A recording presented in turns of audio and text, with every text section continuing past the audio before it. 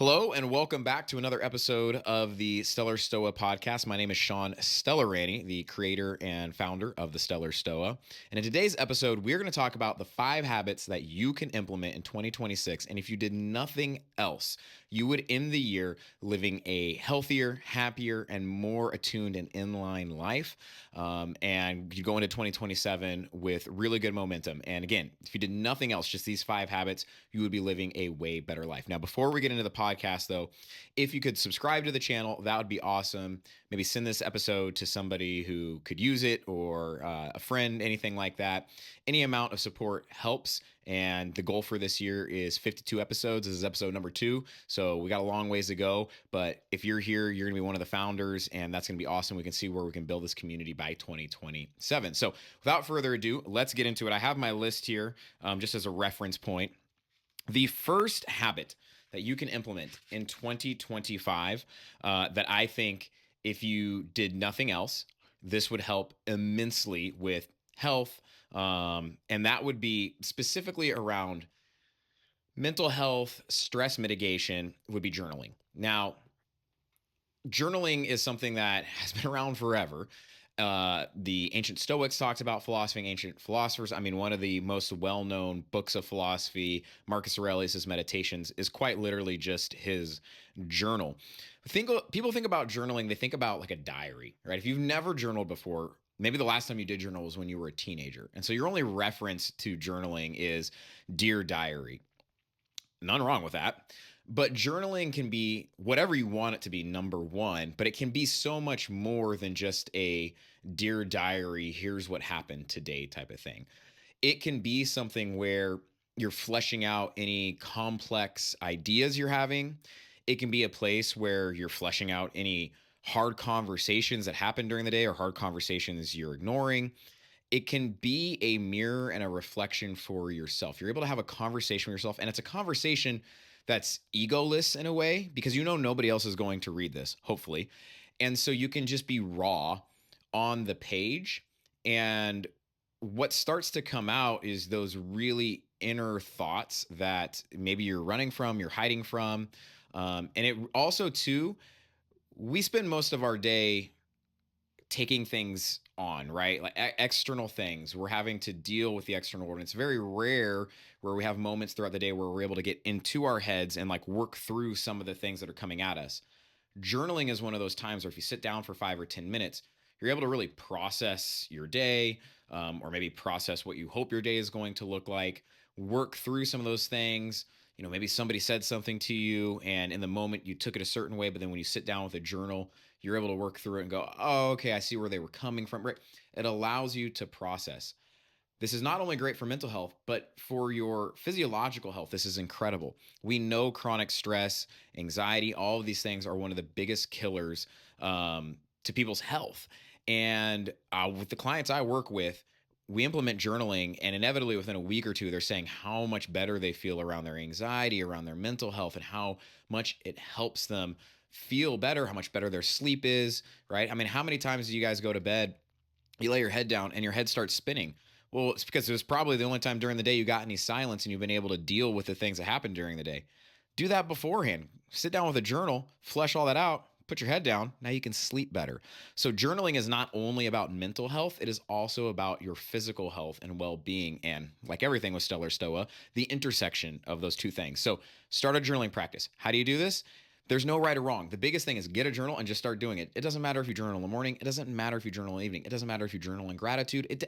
Just start putting pen to paper. Don't make this anything bigger than it needs to be. Start the practice, and your individual journaling practice will start to evolve over the course of 2026. Just start doing it every day. Okay, that's number 1.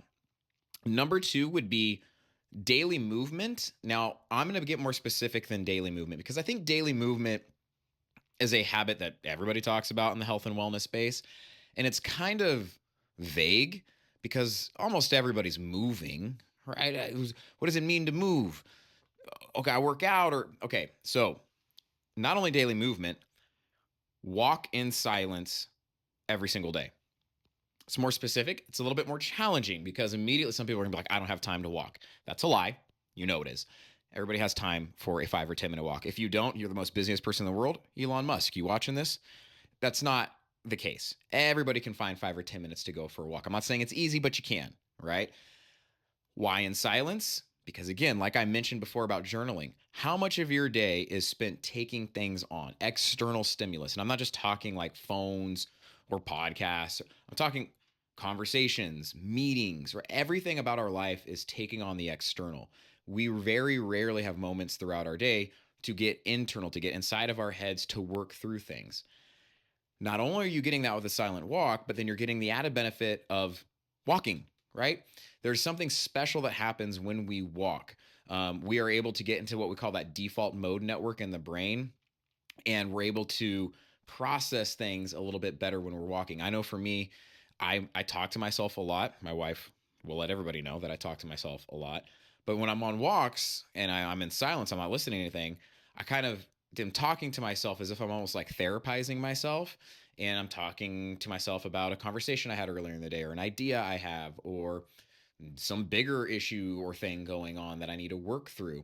And so you're not only getting the movement side of things from the physical health and wellness perspective, but you're getting the mental health side of things. We're able to continue to work through things. And what research has found is that people that go on walks usually have, especially if they're silent walks, lower levels of anxiety, lower levels of depression. And again, we can kind of see why. So get in a daily 5 to 10 minute walk in silence. In silence. Daily movement's great, but I think you can take it to another level. I think if you implement that in 2026, you're going to find that not only is your physical health doing better because you're moving, but again, that mental side of things is going to be a lot better.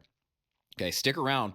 Number 5, I think, if you did nothing else, just number 5 will be the most important habit that you can implement in 2026. But okay, we're going to be moving on to number 3, which would be eat whole foods 80% of the time. Again, when it comes to diet stuff, people are like, get your protein in, da da da da. I think if you did nothing else around your diet, but just spend 80% of the year eating whole foods, meaning not processed foods, you're going to be in a great place. Why 80%? Because it's impossible to eat 100%. I don't care what any health wellness guru, diet guru, like you have to only eat whole foods, never unprocessed. I know I have a friend who is incredibly hardcore carnivore, and even he at times eats, some processed foods because it's tastes good, it's dopamine, it's the world we live in. But 80% of the time, if it's whole foods, that's going to put you in a really good place. So the easiest way to think about eating whole foods is, one, if you grocery shop. If you don't, again, you're not in a food desert, hopefully. If you can grocery shop, that'd be awesome. Stay on the outside of the store.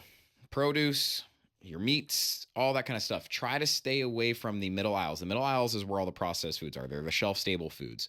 So when you go shopping, primarily 80% of your grocery cart should be foods from the outside of the aisles. Again, I'm not saying you can't get some processed foods here and there. And during the week, if I haven't done the math before this podcast. I don't know what 80% of 7 days out of the week is, but I'm usually like, hey, 5 to 6 days out of the week, right?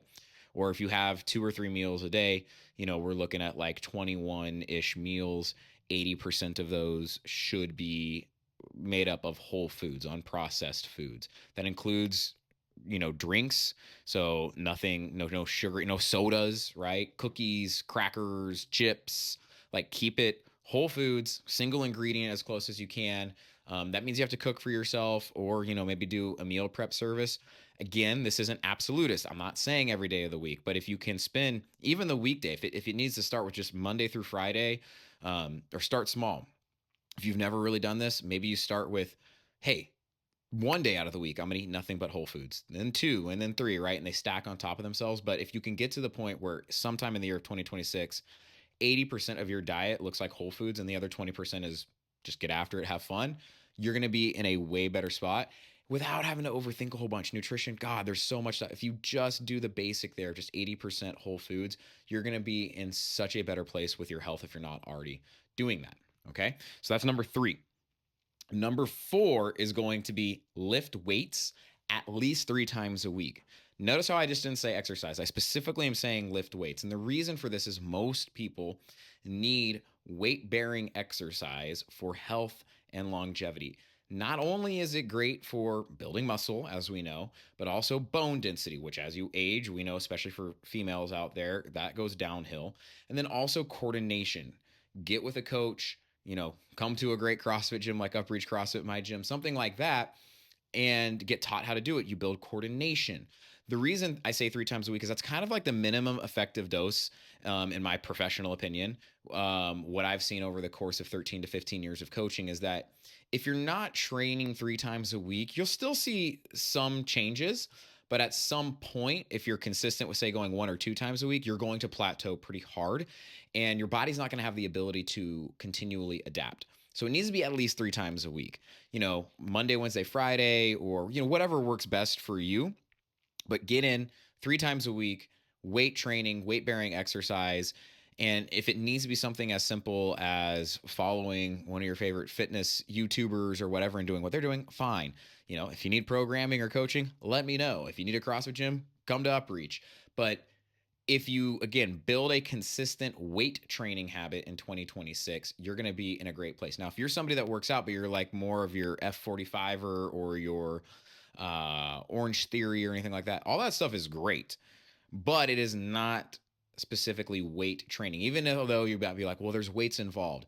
It's not strength training. Just because you're throwing around a 25-pound dumbbell for 12 reps of whatever, that does not mean you're weight training. You need to get a barbell on your back. You need to be picking up moderate loads. You need to be straining your nervous system to get good adaptation. You need to do it safely. You need to do it well with good technique and have great coaching. But weight training and kind of pushing yourself in that arena is going to have great dividends. So if you build a healthy weight training exercise regimen in 2026, you're going to be in a great place with your overall physical fitness and health. Okay, that's 1 through 4. Let's recap here real quick. 1, we said, was journaling. 2, we said, was I think daily movement, and then specifically silent walk. 3 was eat whole foods 80% of the time. 4 was lift weights at least 3 times a week. And then finally 5. Number 5, the fifth habit that you can implement in 2026, in my opinion, is the most important habit you can build. If you do none of these other habits, but you do this one, you will be in a healthier place with your body and your mind come 2027. And that is build a sleep routine. Build a sleep routine. Now, I didn't say sleep 7 to 8 hours, right? I didn't say anything around quantity or anything like that. What I'm saying is routine around sleep. The reason I'm saying it's more important to build a routine around sleep than necessarily hit a certain number of hours or even, consistency around like when you wake up or anything like that is because so many people that I coach that I know have no routine around sleep. Let me put it this way. They have a routine around sleep, but it is very fragmented and it is subconscious. It is not a choice they are making. The last hour to hour and a half before they go to bed is different every single night. There's no consistent habits being put in there. There's no wind down. And so then people wonder why when they go to put their head down to go to sleep, they can't fall asleep. Their head is spinning. They're not tired. They're not able to go to sleep, and they wonder why. And then they wonder why they wake up feeling like crap. And then they just live this way for 10, 20 years and they get Alzheimer's and dementia, and then they wither away and die. I digress. Sleep routine will help you get into consistent sleep habits. So those other things like how much you're sleeping, how much REM versus, slow wave sleep you're getting, all that kind of stuff will come as a byproduct of the sleep routine. So how do you build a sleep routine? 1, identify what your routine looks like right now. And if you don't have one, you do have one. You just aren't conscious of what it is. For most people, it looks like doom scrolling Instagram while the TV is on and a football game or a TV show is on for an hour or two, turn it off and try to go to bed. Maybe they go brush their teeth. Maybe they take a shower. That's like most people. Okay, that's not a good bedtime routine. That is not a good sleep routine. None of that is helping you fall asleep. None of that is making you feel tired. None of that is stimulating your pituitary gland to help release melatonin. Like none of these things, right? So you need to reverse engineer. What time do you want to go to bed first and foremost? Have that number in your head. So for me, I like to go to bed by 9:30. And by go to bed, I mean turn the lights off, my eyes are closed. 9:30. So I reverse engineer. So 8 o'clock, I like to give an hour and a half. What's my sleep routine look like? At 8 o'clock, for the most part, as much as I can, screens done. Dim the lights in the house. I make some sleepy time tea. I put on some really easy listening music. I maybe light a candle. I'm trying to set the mood, down regulate everything. Okay. From there, I get my journal.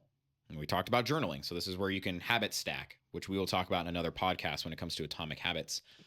But I will sit with my journal. I will have my tea. I'll sip on my tea and I'll journal on, again, whatever it is. Maybe I'll read a little bit of Stoicism. Maybe there was something that happened during the day that really made me reflect. Like, I'm just putting pen to paper. Got silent music on in the back, got the lights dimmed. There we go. I'm doing my thing. I do that for about 20 minutes or so, 8:20, 8:30. By the time that rolls around, I take magnesium, I take apigenin, I take some glycine, so just some like sleep supplements, and put the dogs away, say goodnight to them, stroll back into our guest bedroom where I have my meditation cushion all set up. I light some candles or some incense or something like that. I do a little down regulating breath work. Again, this takes 5-10 minutes at most. We're looking like it's 8:30, maybe 8:40. I stroll into the bedroom. I take a shower. I brush my teeth, make sure that shower is nice and hot and warm. And by the time I get out of the shower and everything, it's maybe 8:50, 9 o'clock. So I got 30 minutes left. I get into bed and I read. Yeah, I read. And I read a physical book. And sometimes begrudgingly to my wife, because she wants to talk or whatever, and and of course I want to talk to my wife, but like, I like to read. And that, again, so by the time 9:30 rolls around, I have spent an hour and a half just really calming down my nervous system, down regulating. And guess what? More often than not, my sleep is incredibly sound. I rarely, if ever, wake up. I My wife will comment on how when I wake up, I'm bright-eyed and bushy-tailed. Why? Because I got deep sleep, I was rested, and that all starts with that routine. Now, again, is this every single night, 365 days a year? No, of course not. Again, it's that 80-20. More often than not, that is my sleep routine. Every once in a while, my wife and I want to stay up and watch a show. Every once in a while, I'm traveling, right? Whatever it is. But it's that 80-20 with this. So if you don't have a sleep routine, you do.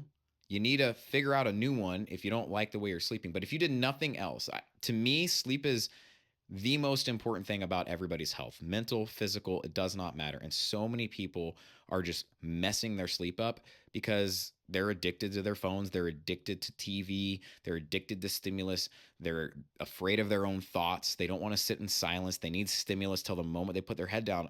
And it's just killing our sleep. It's killing our sleep. So develop a sleep routine in 2026. And if you did nothing else, and I truly mean that, if you did nothing else, if you don't already have a sleep routine, you will end up a healthier version of yourself come 2027. So let's recap one more time. The 5 habits that if you implemented in 2026, you will live a healthier, happier, more in-line life come 2027 are: 1, journaling; 2, daily movement, specifically a 5 to 10 minute silent walk; 3, eating whole foods 80% of the time; 4 would be lifting weights at least 3 times a week; and finally, number 5, and in my opinion, the most important, developing a sleep routine. Implement those 5 habits and watch yourself become a healthier, happier, more in line version of yourself come 2027. Hope you guys enjoy the podcast. We will be here next week. We're still talking about habits. The whole month of January is going to be about habits. Everybody's talking New Year's resolutions. Everybody is wanting to become a better version of themselves, but so many people fall off come the end of January, February, let alone halfway through the year. We're going to talk about habits, how we can change our identities around our habits, how we can actually become the person that we always say we're going to become every single year in the beginning of the year, follow through with it, how we can implement some certain tools to help us if we are snapping back to bad habits, and all of that. That's going to be the month of January. So we'll see you guys here next week for another episode of the Stellar Stoa podcast. Thank you guys.